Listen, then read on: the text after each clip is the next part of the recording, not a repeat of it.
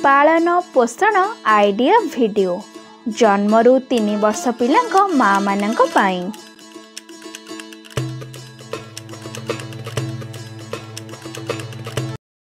आजिर सभा को आसीथिबा सबु माँ मानंकु हार्दिक स्वागत। चलंतु सबु माँ माने पिला मानंक सहित एकाठी बसंतु। आजिर सभार आरंभ आमे एक सुंदर गीतरू करिबा। एही गीत गाइबा पर्यंत वीडियोटी को एहिठारे पॉज करंतु। पूर्व सप्ताहर आरंभ आमे एक सुंदर गीत एवं एक मजालिया खेलरू करिथिले। देखा जायथिबा गतिविधि गुड़िकरे पिला सहज निर्देश गुड़िको पालन करिबा किपरि शिखिथाए ताहा देखिथिले तथा आंचुड़ी हेबारे केउ प्राथमिक चिकित्सा करिबा सेही विषय मध्य सूचना पाइथिले। एही गतिविधिटी हेबा पर्यंत वीडियोटी को एहिठारे पॉज करंतु। आमर एही गतिविधिटीर नाम हेउछि मिली मिसी किछि करिबा। सब माँ माने गोटिए लाइन रे बसंतु। एबे प्रत्येक माँ को आगे किछि ग्लास रखंतु। तापरे मुख्य माँ 1 2 3 कहबा मात्रे माँ माननको गोटिए ऊपर गोटिए ग्लास रखिबा पई कहंतु।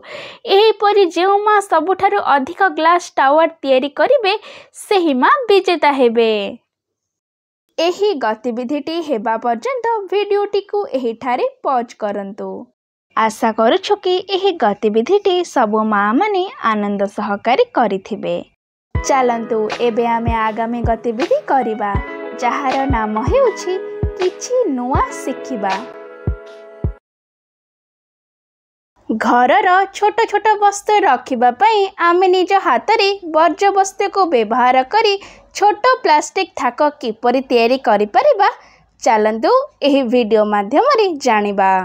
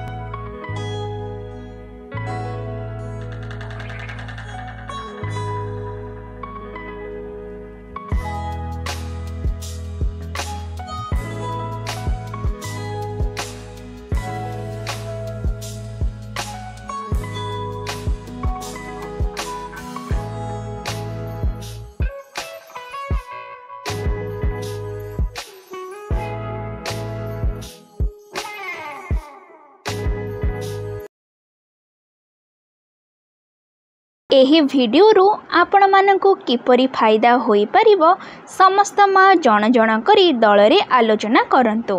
एही गतिविधिटी हेबा पर्यंत वीडियोटी को एहिठारे पॉज करंतु। चलंतु एबे आमे आगामी गतिविधि करिबा जहार नाम हेउछि घर को जाई पिलांक द्वारा करंतु। चलंतु सबु माँ माने पिला मानक सहित एकाठी बसंतु। एही खेल गुडी को देखंतु एवं बुझंतु।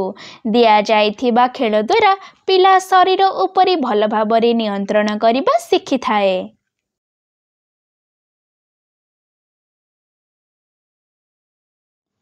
ମାଆ ପିଲାକୁ ବେଲୁନକୁ ଦେଖାଇ ଡାହାଣରୁ ବାମ ଏବଂ ବାମରୁ ଡାହାଣକୁ ବୁଲାନ୍ତୁ। ପିଲା ବେଲୁନକୁ ଦେଖି କର ଲେଉଟାଇବା ପାଇଁ ଚେଷ୍ଟା କରିବ।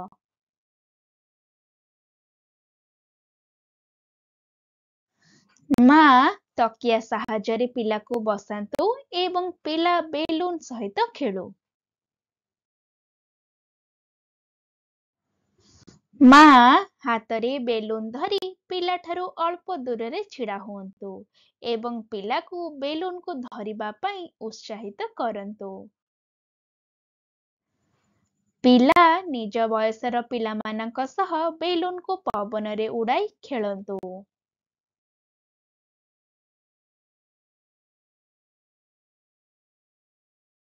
ଏହି ଗତିବିଧିଟି ହେବା ପର୍ଯ୍ୟନ୍ତ ଭିଡିଓଟିକୁ ଏହିଠାରେ ପଜ୍ କରନ୍ତୁ। ଆଗାମୀ ସପ୍ତାହର ସଭା ପର୍ଯ୍ୟନ୍ତ ଏହି ଖେଳ ଆପଣଙ୍କ ପିଲାଙ୍କ ସହିତ କିଛି ସମୟ ବାହାର କରି ନିଶ୍ଚୟ ଖେଳନ୍ତୁ। ଆଜିର ଗତିବିଧି ଏହିଠାରେ ସମାପ୍ତ ହେଉଛି। ଏମିତି ନୂଆ ନୂଆ ସୂଚନା ଏବଂ ଗତିବିଧି ସହ ଆମେ ପୁଣି ଦେଖାହେବା ଆଗାମୀ ସପ୍ତାହରେ। ସେହି ପର୍ଯ୍ୟନ୍ତ ଆପଣ ଆପଣଙ୍କର ଏବଂ ପିଲାମାନଙ୍କର ଯତ୍ନ ନେଉଥିବେ। ଧନ୍ୟବାଦ।